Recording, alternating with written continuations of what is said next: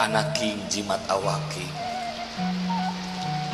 hidup kudu reueus hirup uripna ngajadi diri anjeun sorangan.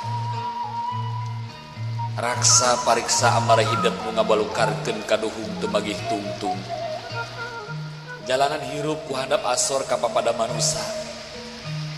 Jaga jeung riksa sarupaning anu dipiboga ku hidup. Panon dina nempona, ceuli dina dedengeanana,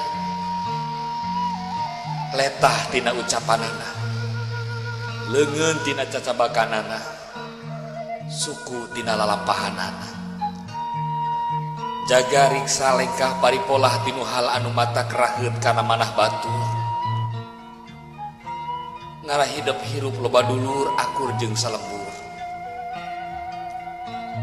Anaking ulah poho, jaga riksa kaluhungan alam dunya. Da Gusti anu Maha Suci nyiptakeun alam dunya teh pikeun diropea istoningkeun kahirupan hidup jeung papada umatna.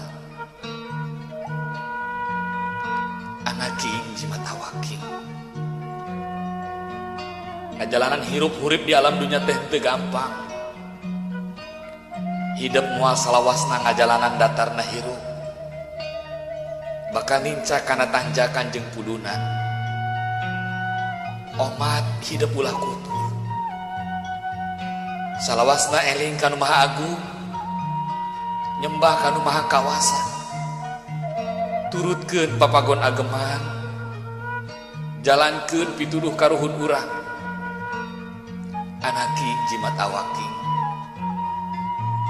dina unggal renghap nu jadi indung bapa kaluar doa anu mustajab pikeun anak-anak ngarah hirup pinanggih jeung kabagjaan. Kajebaran pikeun pibekeleun dina ngoning ngajalanan sagara kahirupan di alam dunya.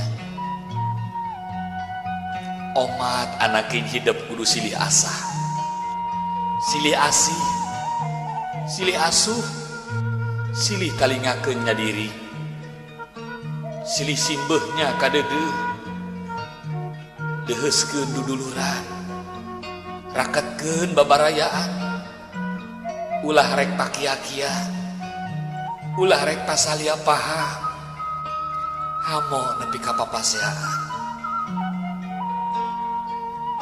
Anaking jimat awaki, omat ieu pupujuh keur hirup hurip hidup salawasna.